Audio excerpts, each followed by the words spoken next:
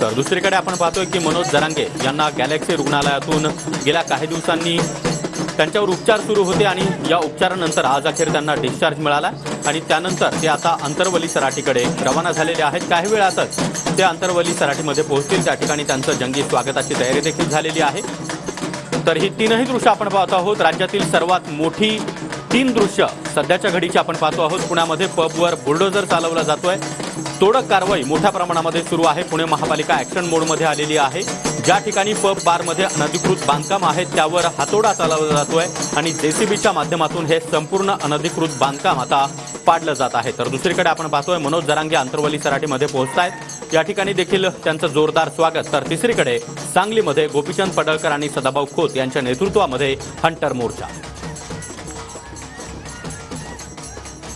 गोपीचंद शेठ मला सांगा, हातात चाबूक घेतलेला आहे, मोर्चाचं आयोजन केलेलं आहे, काय सांगाल? हा चाबूक आता जिल्हा बँकेवरती चालणार आहे। ज्यांनी चुकीच्या पद्धतीनं काम केलेलं आहे, गोरगरीब शेतकऱ्यांची बँक यांनी आता देशोधडीला लावायचं काम सुरू केलेलं आहे आणि त्यामुळं या चाबकाच्या फटकाऱ्यामध्ये जिल्हा बँकेवरती राज्य सरकारच्या माध्यमातून प्रशासक नेमला गेला पाहिजे।